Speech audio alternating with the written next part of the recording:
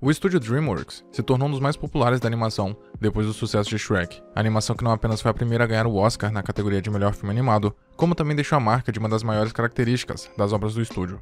No caso, o humor irônico e debochado, de muitas vezes com mensagens de duplo sentido implícitas no subtexto de suas piadas.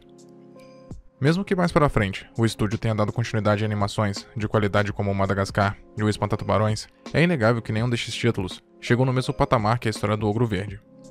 Em 2008, entretanto, vimos o estúdio alcançar sucesso semelhante com o Kung Fu Panda e com seu protagonista Pooh conquistar o público infantil, quase que na mesma intensidade que o Ogro Rabugento fizera antes. E a história do panda atrapalhado, que se viu obrigado a superar suas limitações para salvar sua vila e as pessoas que amava, cativou várias audiências, tornando o Kung Fu Panda em uma das maiores franquias do estúdio.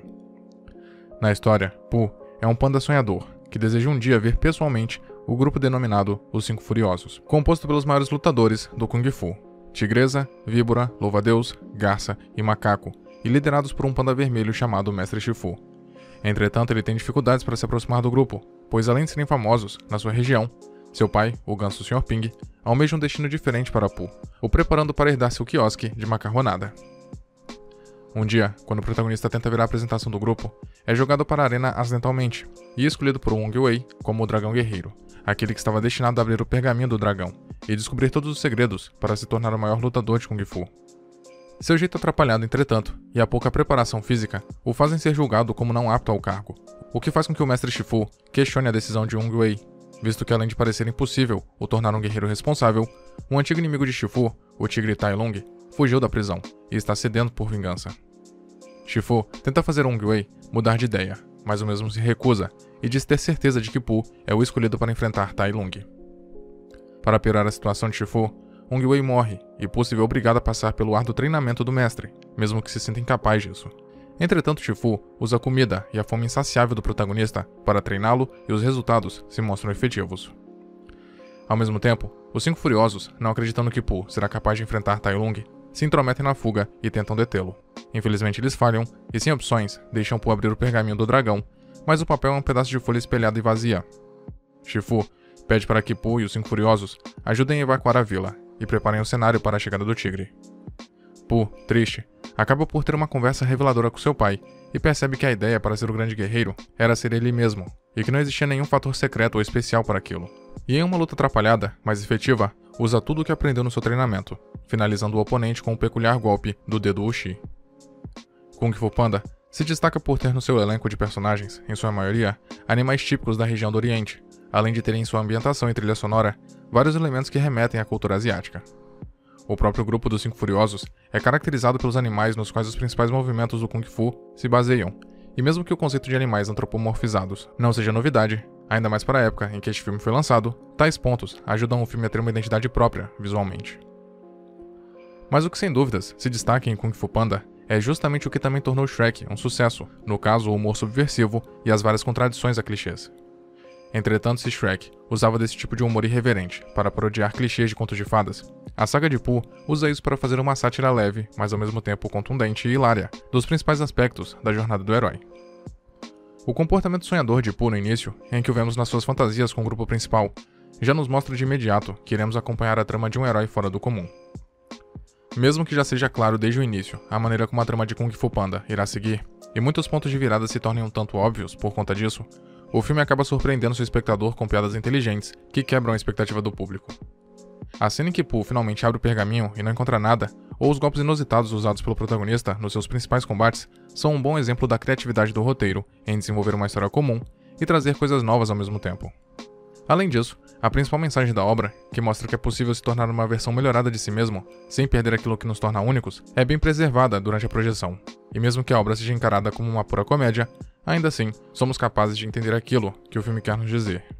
Estes fatores tornam a animação extremamente satisfatória de ser acompanhada, tanto para seu público-alvo, no caso as crianças, como também para os mais velhos, que também se delicia com o humor mais adulto e indireto, que acontece em partes chaves.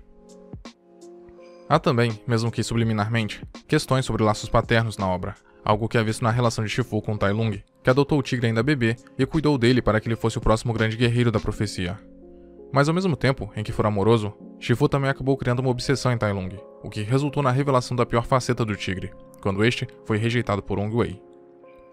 Mais tarde, o mestre recebe, mesmo sem perceber, a chance de se reconciliar com seu passado, mas agora com um novo aprendiz, no caso Pooh.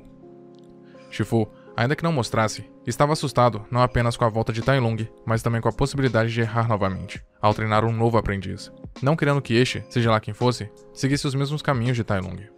Seu medo em se decepcionar, por uma boa parte do filme, o impede de ver as qualidades do protagonista, e como ele poderia as usar a seu favor. Ver o mestre tendo que repensar seus métodos também é interessante, e mesmo que no começo trate Pooh com a maior crueldade possível, propositalmente a fim de fazê-lo desistir, ele mais tarde abraça sua causa e percebe que pode extrair coisas boas do protagonista, mesmo que para isso tenha que usar incentivos que nunca usara antes. Inclusive, o filme também critica métodos que incentivam padronizações, já que é constante o discurso de outros personagens de como deveria ser um guerreiro perfeito, e que todas as características atribuídas a esta entidade não combinam com Pooh. É justamente quando todos, inclusive o próprio protagonista, decidem aceitá-lo como ele é, que métodos mais efetivos começam a ser usados com Pooh, tornando ele forte o suficiente para sua luta final com Tai Lung, ao fim do filme. Além disso, a história deixa implícita a importância de se aceitar. Quando abrir ao pergaminho do dragão, o papel não mostra nada, além do próprio reflexo. Algo que os personagens não entendem de imediato, mas logo percebem ser uma referência de que não existe segredo para ser um vencedor, e que a receita para isso é muitas vezes mais simples do que parece. A própria ideia do Kung Fu é muitas vezes idealizada pelos que não possuem tanto contato com a cultura asiática, já que o termo na China não se refere especificamente às artes marciais, mas também a tudo o que é conquistado com esforço.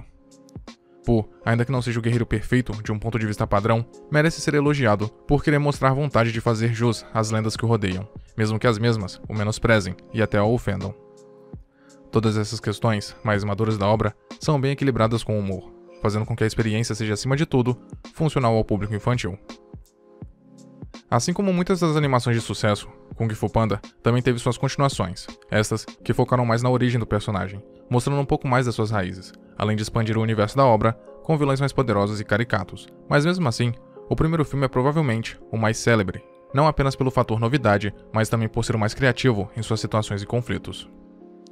Ainda que bem intencionadas, suas sequências tiveram dificuldades em evocar novamente o sentimento deste, o que não é sem motivo, pois a jornada de Pooh, em seu primeiro filme, já é satisfatória por si só, mostrando um protagonista que, ainda que seja menosprezado e já considerado um fracasso em potencial, consegue através da sua simpatia e bom humor, superar esses preconceitos e ganhar o prestígio de todos ao seu redor.